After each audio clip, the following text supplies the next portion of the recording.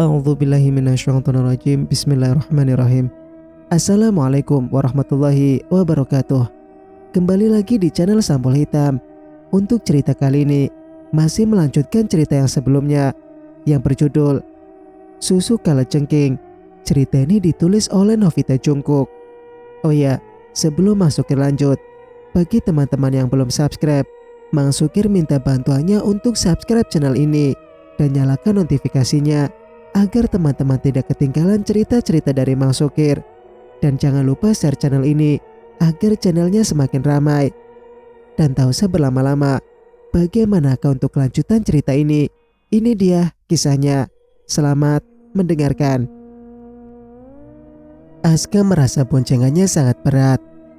Padahal dia tidak membonceng orang. Tommy ikut dengan Arya di depan.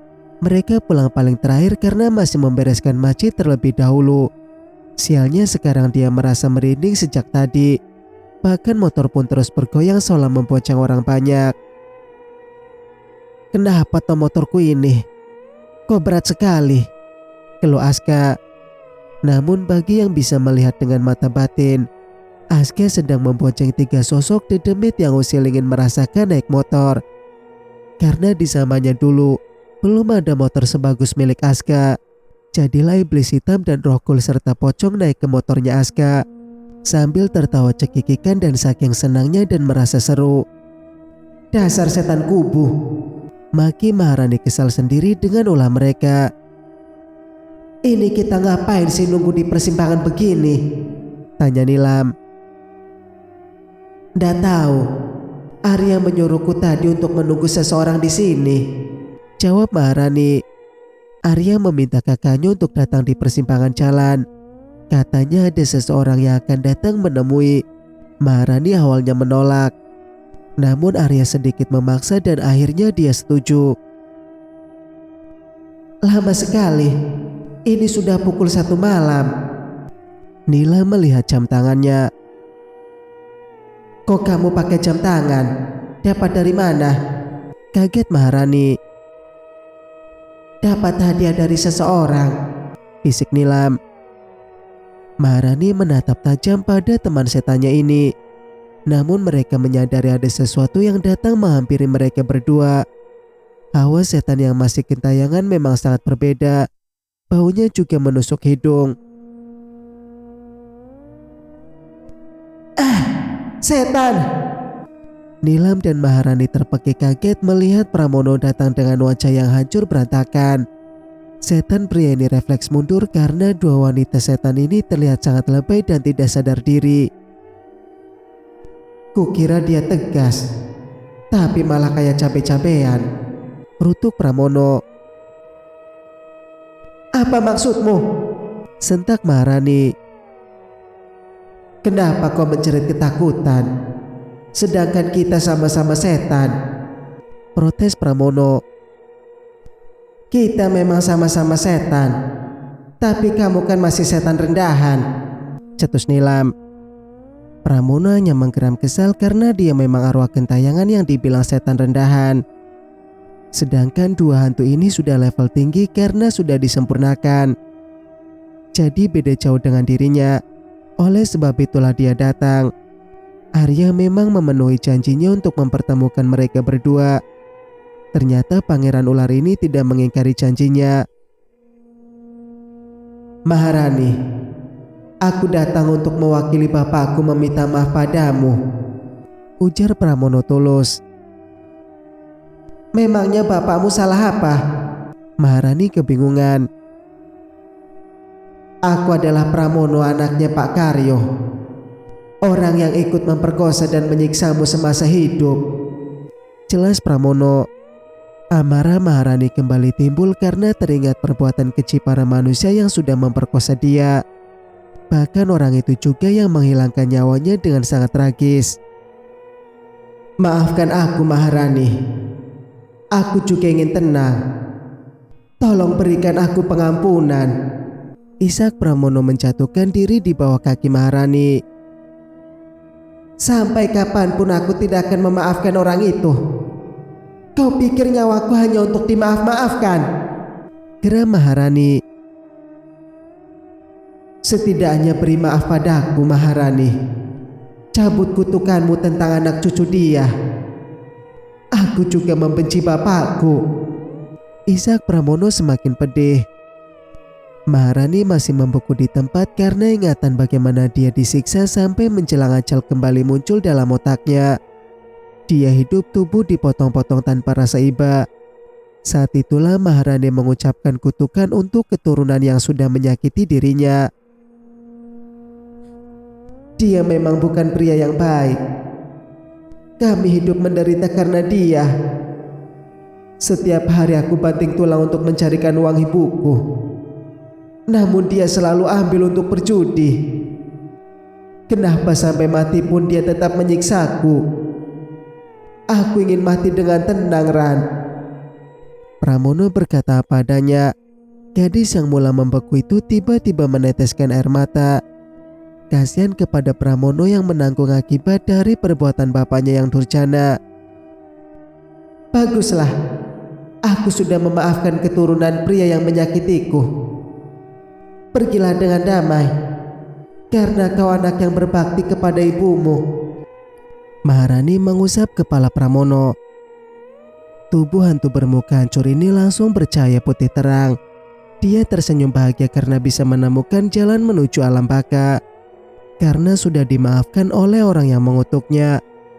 Maharani melambaikan tangannya. Kau hebat. Aku bangga punya teman sepertimu. Nila memeluk Maharani. Aku mau pulang menemui ibuku lah. Kau juga sana, temui anakmu, ujar Maharani. Nila mengangguk dan mereka berpisah untuk sementara. Nila menemui putranya dan Maharani menemui ibunya. Mereka bisa bahagia dengan versi masing-masing. Singkat cerita, semakin hari rasanya semakin tersiksa dengan perasaan yang timbul. Mana setiap hari bertemu juga dengan pria yang amat dicintainya. Padahal setiap malam Fatma sudah memohon kepada Allah agar rasa cintanya dihilangkan saja. Namun Allah masih belum mengabulkan doanya. Yang ke desa sebelah biar Fatma yang mengantarkan. Tita Purnama. Fatma kan tidak pernah ngantar, Kak. Lagian di luar sana juga panas. Biarlah aku saja, cegah Arya. Biar apa kau mau ke sana? Mau sekalian menemui Sari? Sengit Purnama. Tidak, kakak jangan bawa nama dia teruslah. Aku tidak akan menemui dia. Arya berusaha meyakinkan kakaknya. Namun Purnama tidak percaya kalau Arya memang sudah tidak punya perasaan kepada Sari. Arya menatap kakaknya yang masih mematung dengan wajah sinis. Oh iya, saat dulu Abi datang mau meminta kakak menolong Sari. Kakak kan punya syarat. Memangnya apa syaratnya? Tanya Arya penasaran. Nah, aku jadi ingat sekarang. Abi juga sudah sehat. Purnama berbinar senang. Apa sih? Arya sungguh penasaran. Aku mau menghajar wanita itu dengan bebas. Dan aku mau dia meminta maaf padaku di depan semua orang. Jawab Purnama. Jangan, Mbak. Kasihan orang tua. Fatma kelepasan bicara. Lirikan mautnya Purnama membuat Fatma kucep lagi. Ternyata syarat dari Purnama adalah pengajaran. Bisa bebas dan sepuas hatinya nanti bila dibolehkan dengan Habib. Namun apa iya Habib akan mengizinkan? Memangnya Habib akan setuju? Arya bertanya ragu. Ya haruslah. Kan saat itu dia sudah setuju. Sengit Purnama. Aku ingin ikut. Nanti kakak keterlaluan pula menghajarnya. Cemas Arya. Halah, bilang saja kau mau melihat mantan istrimu. Sindir Purnama. Bila mendengar sebutan mantan istri, hati Fatma semakin sakit saja rasanya. Ternyata cinta terpendam memang sangatlah menyiksa. Mau diutarakan pun tak akan mungkin. Singkat cerita, Pagi hari warga menjadi heboh karena menemukan Bu Mima yang tergantung dengan wajah yang sangat pucat. Mereka langsung memberikan air putih supaya tidak pingsan. Untung nyawa wanita ini masih panjang, sehingga dia tidak mati. Padahal wajahnya sudah sangat pucat. Sebenarnya aneh juga karena dia digantung terbalik, namun wajahnya malah pucat seperti orang kehabisan darah. Luka cakar pun hanya sedikit di pipinya. Makanya Bu, kalau acara masjid belum siap, jangan keburu mengambil lauk, sindir Bu Rita. Itu namanya azab dari Allah. Masa bisa tergantung begitu? Sambung Bu Anjar tetangganya juga. Tentu saja Bu Mima sangat malu mendengar ejekan para tetangganya. Sari dan Lita segera membawa ibunya pulang ke rumah agar tidak semakin diejek oleh para warga yang memang kadang sangat sulit. Mereka sibuk berbisik-bisik mengatai keluarga tersebut. Memang karena ulahnya Bu Mima yang sangat tidak pantas. Bila sudah begini dia hanya bisa menanggung malu. Andaikan dia bisa sedikit lebih sabar. Andaikan dia bisa lebih sedikit sabar ketika akan meminta lauk. Ada hantu Sari. Hantu itu yang menggantung ibu. Seram sekali wajahnya, cerita Bu Mima. Bibi itu hanya halusinasi. Makanya lain kali jangan begitu, serga Lita. Kau tahu apa sialan?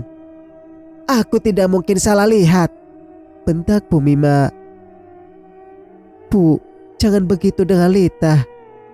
Kasihan dia, ujar Sari kasihan melihat adiknya. Bu Mima menghentakkan kakinya kesal dan masuk ke dalam kamar. Tidak satupun yang membela dirinya. Padahal dia juga butuh pembelaan. Namun semua orang malah beramai-ramai untuk menyalahkan dirinya. Belum lagi nanti Pak Mutar bila dengar kabar bahwa dia diejek oleh para warga, maka suaminya itu akan semakin memarahi dirinya. Wanita ini menangis karena merasa dipojokkan, sama sekali tidak menyadari kesalahannya.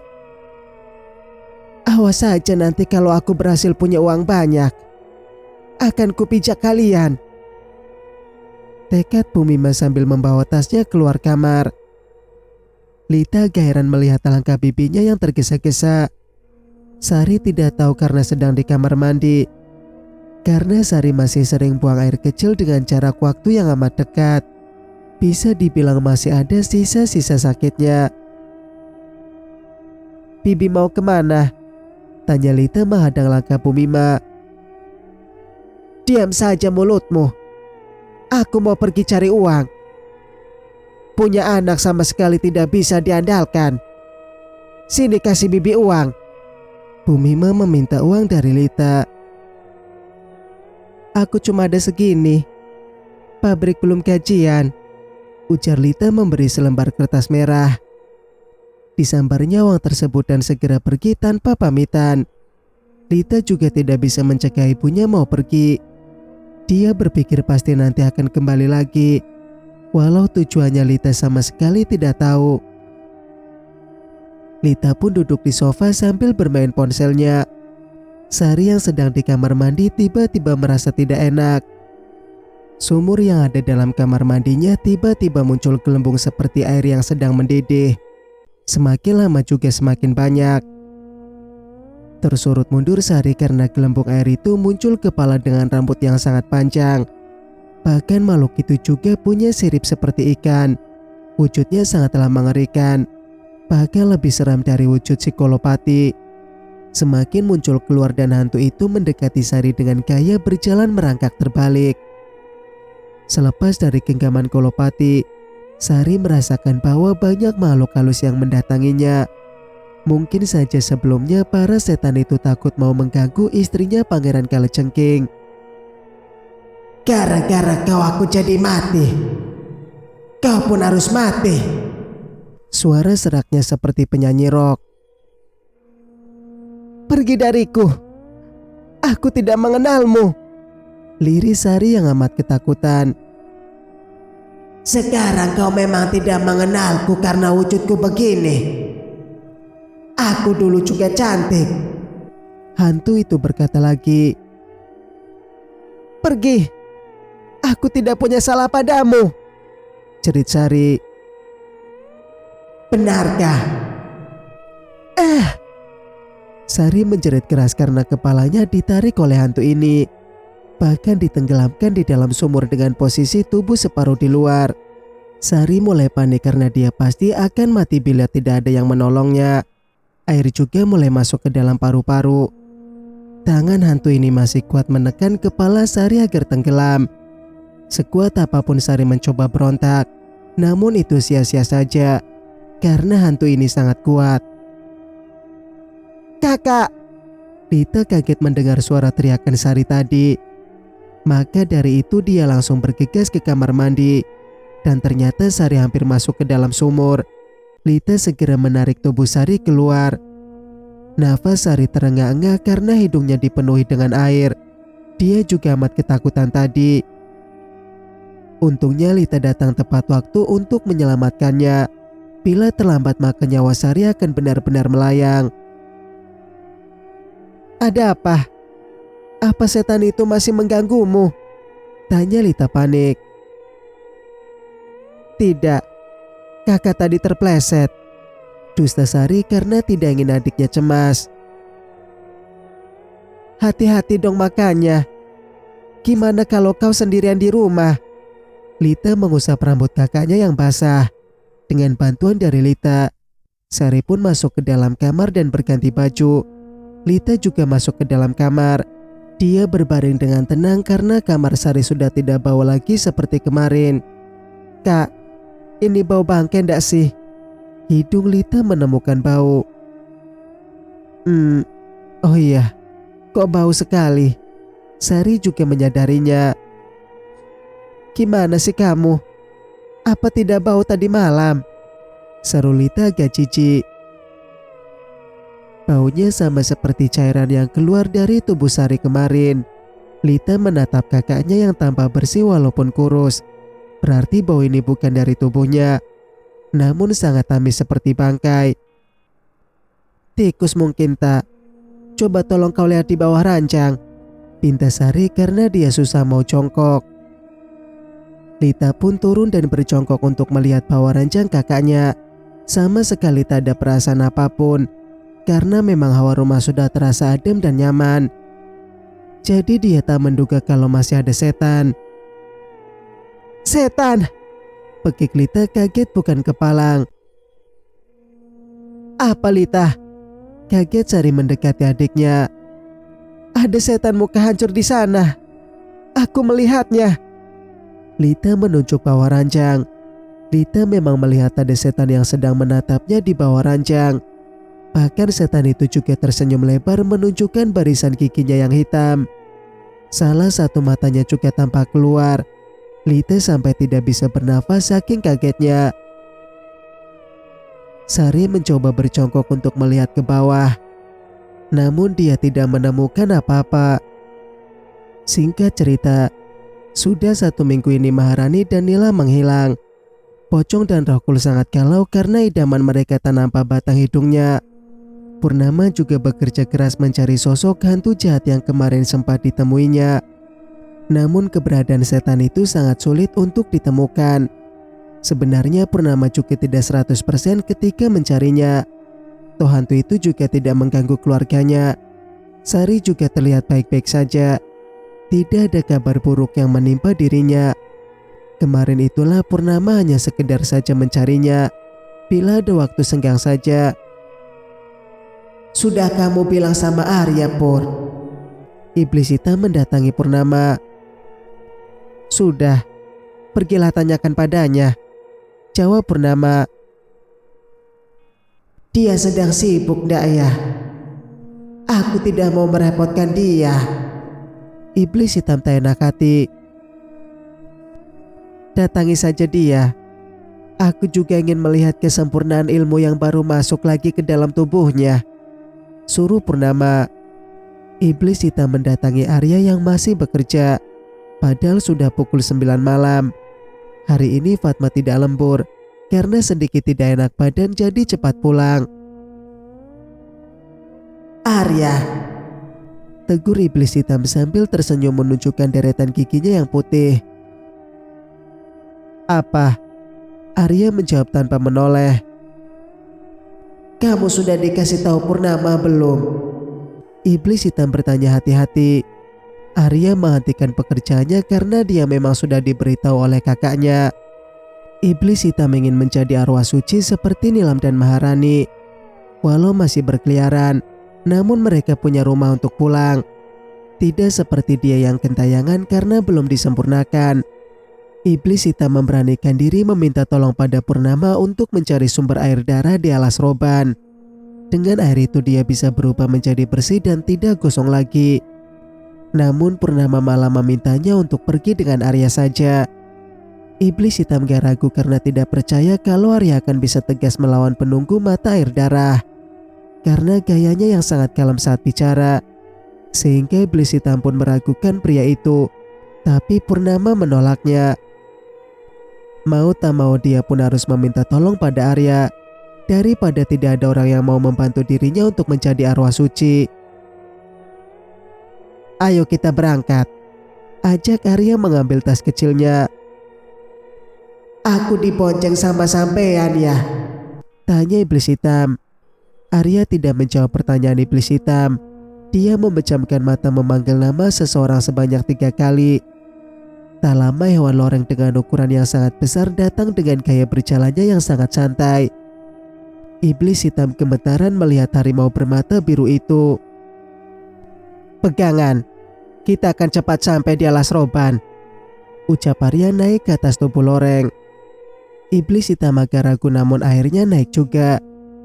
Hanya dalam sekejap mata pun mereka sudah tiba di alas itu. Keadaan hutan sangat gelap dan terasa menyeramkan. Loreng berjalan duluan memimpin jalan. Kok seram sekali ya?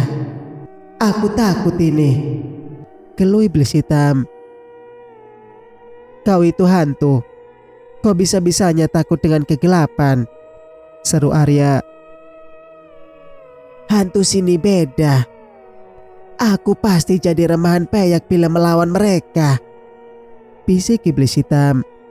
Hewan itu usianya sudah sangat tua, sehingga banyak kalangan iblis yang takut kepadanya. Oleh sebab itulah Arya mengajak hewan itu sebagai temannya. Duh, ini apa kok besar sekali? Lirih iblis hitam terus menggandeng Arya. Salah siapa kau mau cari mata air darah segala? Kemarin kan sudah ditawari skincare sama Maharani.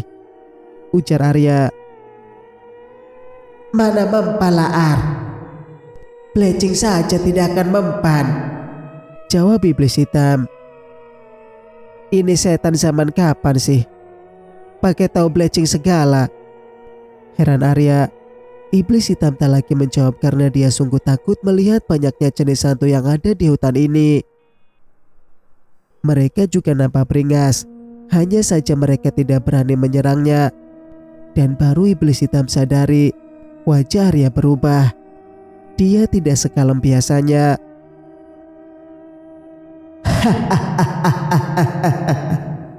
Beraninya ada manusia datang ke wilayahku ini. Suara yang sangat besar menggema. Aku tidak berniat mengganggumu. Jadi jangan ganggu aku. Ujar Arya tenang. Dengan kedatanganmu ini saja sudah menggangguku. Bagaimana bisa kau bilang tidak mengganggu? Kau harus menyerahkan setan rendahan itu untuk menjadi makananku. Ujar suara itu. Enak saja kau bilang aku setan rendahan. Dan kau juga kenapa pula ingin memakanku? Teriak iblis hitam. Tapi teriakan itu mendadak ucap ketika suara menggema menampakkan dirinya. Sosok yang sangat menyeramkan tentunya. Lidahnya sangat panjang sehingga mencuntai sampai ke bawah. Perutnya besar menggelembung. Mulut sampah mana yang barusan menjawabku? Buto hijau menatap iblis hitam dengan tajam. Mohon maaf Ki. Kami datang untuk mencari obat. Tolong jangan halangi kami. Pinta Arya dengan sopan. Tidak bisa. Aku tidak mengizinkan siapapun melewati tempatku, sentak buta hijau. Tangan Arya sudah mengepal karena amarahnya muncul. Dia sudah bicara baik-baik, namun malah merasa tertantang dengan buta hijau yang sangat shock karena merasa paling berkuasa di tempat ini. Wujudnya langsung berubah menjadi setan ular. Iblis hitam juga kaget melihat wujud Arya yang sangat mengerikan karena diliputi rasa amarah yang sangat besar. Aku sudah bicara baik-baik denganmu, Ijo, tapi kau malah menentangku, geram Arya. Kau adalah pangeran ular. Buta hijau tergagap kaget. Tubuh buta hijau itu dililit dengan ekor ular Arya yang sangat berduri tajam seperti milik Purnama. Dia terengah-engah karena lilitan itu semakin kencang saja. Buta hijau masih memberikan perlawanan dengan memukul ekor Arya menggunakan tangannya yang sangat besar. Bahkan dia juga menggigitnya dengan gigi yang besar-besar itu. Keparat sialan! Arya semakin emosi dibuatnya. Buta hijau meledakkannya dalam hitungan detik saja. Tubuhnya menghilang tanpa bekas. Iblis hitam terpana melihat Arya yang ternyata sangat beringas juga bila menghadapi musuhnya. Mereka kakak adik yang sangat kompak. Tidak diragukan lagi bahwa mereka memang saudara, gumam iblis hitam. Arya segera mengajak iblis hitam dan loreng menuju mata air darah. Di sanalah ada air terjun yang sangat indah. Dulu Arya bertapa di bawah sini untuk menjadi manusia seutuhnya. Arya mendadak terdiam karena ingatan dulu ia begitu semangat saat bertapa karena ingin menjadi manusia normal. Berharap nantinya sang ibu akan menyayanginya setulus hati. Namun pulang bertapa dia malah dibuang karena sang ibu tidak mau punya anak berdarah iblis.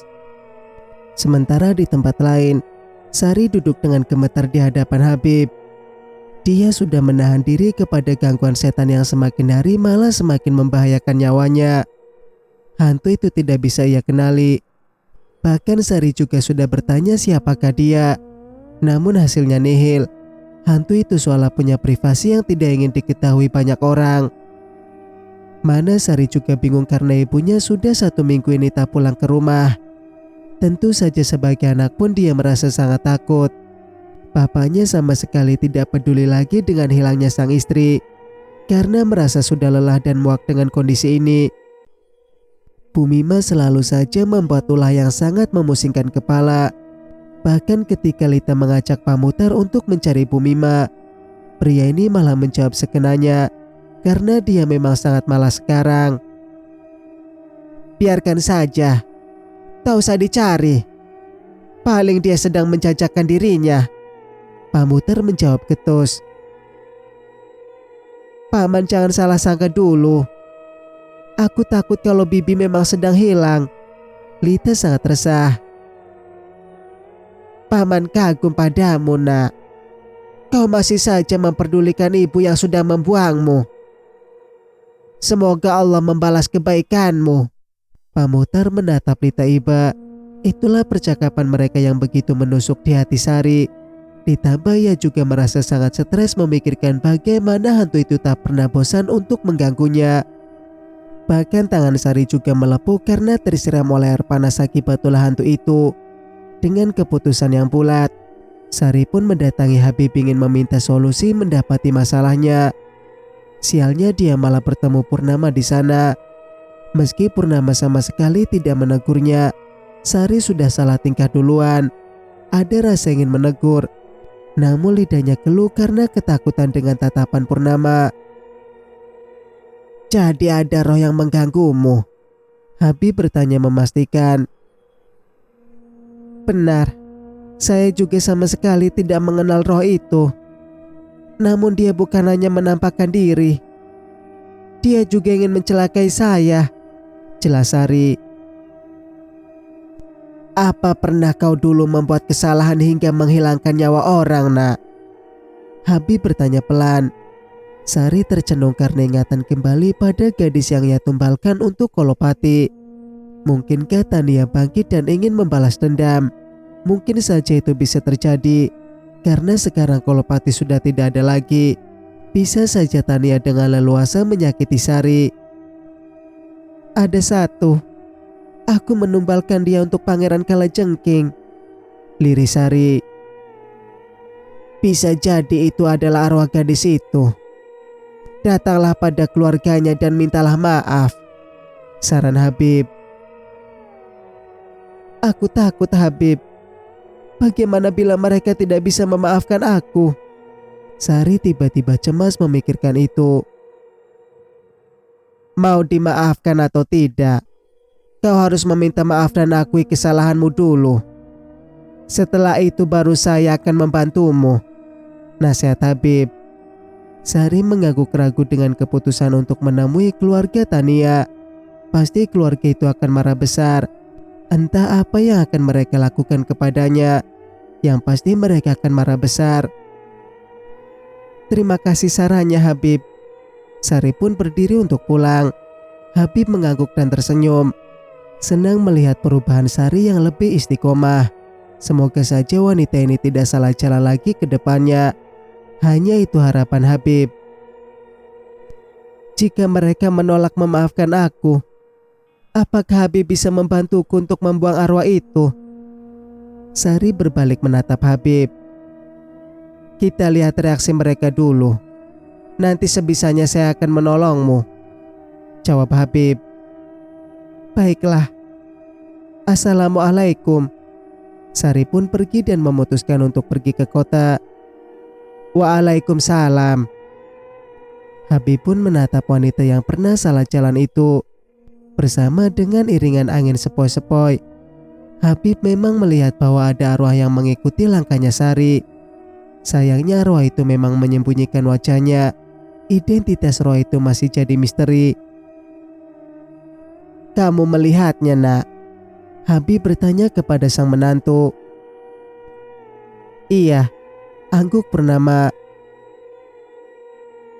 Mari kita tolong dia sekali lagi, ajak Habib berharap menantunya mau. Maaf Abi, aku sedang sibuk mengurus para memberku. Mereka juga butuh pertolongan, tolak bernama. Member apa? Habib tak paham. Aku dapat member saat menghadapi Kolopati dan sekarang aku harus membalas budi pada mereka. Nanti saat menolong dia lagi, malah aku dapat lagi. Lelah aku, jawab Purnama. Habib tercengang karena menantunya sekarang banyak member. Malahan Purnama tampak lebih semangat ketika menolong para arwah yang belum sempurna daripada menolong Sari. Menolong mereka juga hal baik. Namun kita tidak boleh pilih-pilih saat menolong orang, nasihat Habib. Aduh, Abi, aku kesana dulu ya. Perutku sakit. Purnama segera menjauh. Melihat kelakuan menantunya yang pasti malas mau diajak membahas masalah Sari dengan alasan sakit perut, Habib agak tertawa melihat kelakuan tersebut.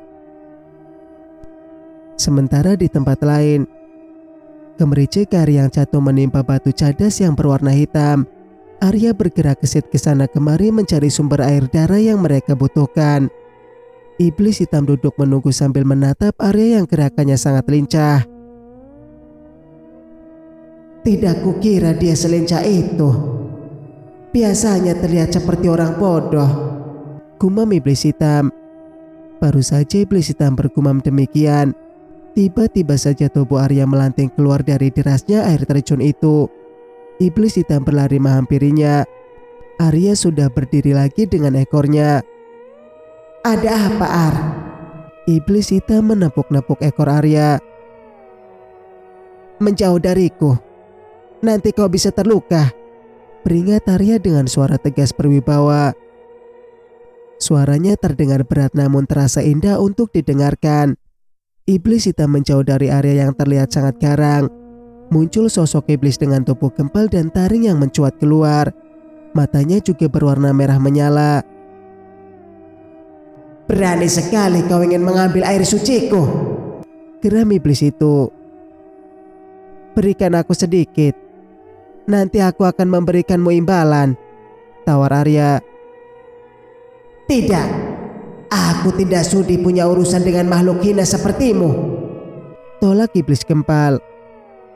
Ekor Arya sudah bergerak gesit menghantam iblis gempal. Sayangnya iblis itu tidak menghindarinya, sehingga ekor itu hanya menghantam batu besar. Batu itu hancur lebur menjadi abu. Aku memintamu dengan cara baik, namun kau malah menantangku, seringai Arya. Berani sekali kau menyerangku, umpat iblis gempal mengeluarkan jurusnya. Mulutnya berkomat kamit seperti mengunyah sesuatu. Tak lama itu disemburkan kepada Arya. Untungnya Arya sigap menangkisnya dengan jurus kipas merak, sehingga senjata seperti batu itu pun melanting lagi. Bulu-bulu di tubuh Loreng menjadi bolong berasap karena terkena senjata batu itu. Loreng menggeram kesal karena dia juga mendapat serangan. Bersambung, nantikan kelanjutan ceritanya di video berikutnya. Mas Sukir pamit. Wassalamualaikum warahmatullahi wabarakatuh.